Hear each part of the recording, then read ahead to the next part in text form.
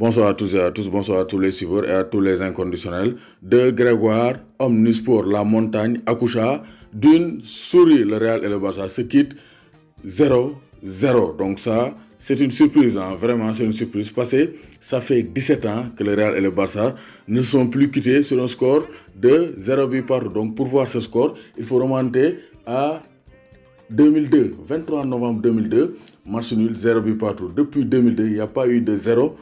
C'est pour dire que le match a été équilibré, le match a été pauvre, surtout en spectacle. Parce qu'on attendait plus d'un classico, on attendait plus d'un Lionel Messi, d'un Karim Benzema ou bien d'un Isco. Mais le Real et le Barça se sont quittés en de très bons amis, malgré la tension catalane avec les mouvements indépendantistes. Donc il n'y a pas eu de grand spectacle. Donc malgré quelques fulgurance de Lionel Messi. Messi a fait quelques accélérations, quelques occasions de part et d'autre, mais il n'y a pas eu grand chose. Le Real a dominé globalement, parce qu'au niveau des occasions, le Real a été beaucoup plus tranchant que le FC Barcelone, mais le Barça a eu des occasions aussi très très franches, mais il y a eu un sauvetage de Sergio Ramos sur un tir de Lionel Messi. Il y a eu aussi un sauvetage de Gérard Piqué sur sa ligne, sur une tête de Raphaël Varane. Donc voici les actions les plus franches. Et on a vu que vraiment, le Real et le Barça ne sont pas encore très en forme. Donc on a vu qu'il manque des choses à ces équipes. Parce que le Real a dominé pendant une période, mais le Real n'a pas réussi à concrétiser. Sur les attaques placées, le Real n'est pas très tranchant. Donc Cristiano Ronaldo manque à ce Real Madrid. Donc ça manque de tranchant. Vraiment, ce Real Madrid manque de tranchant en attaque.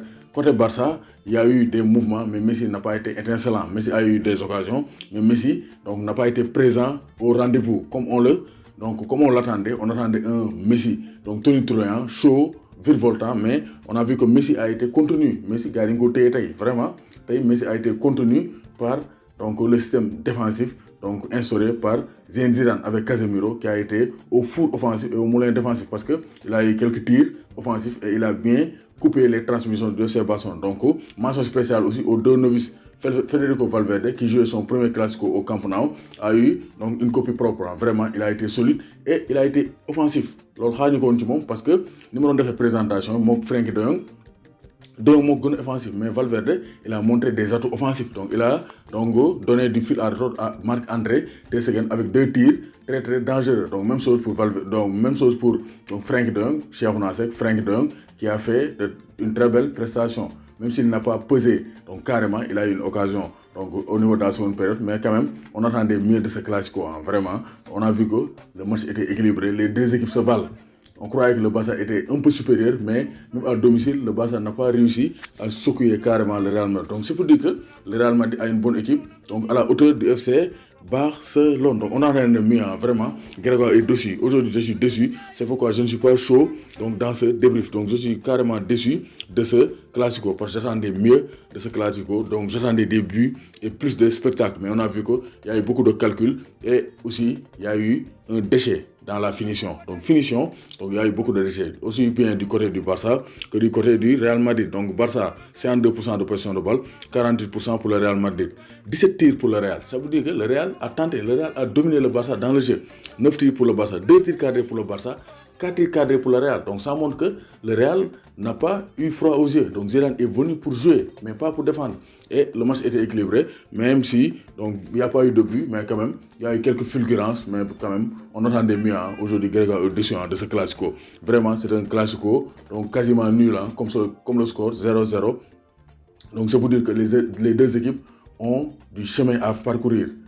Ils ont du pain sur la planche. Les gars, on a amélioré dara. Surtout en Ligue des Champions, parce que niveau de la Ligue des Champions, Anglais n'est pas d'or ben teud. Donc Espagne faut que yew. Classico c'est pas un classico. Ça c'est comme Paris-Nîmes ou bien Marseille, Montpellier. Donc ce sont des matchs qui ne sont pas très très spectaculaires. On attendait mieux de ce classico vraiment. Donc avec ce résultat nul, les deux équipes restent collées au classement.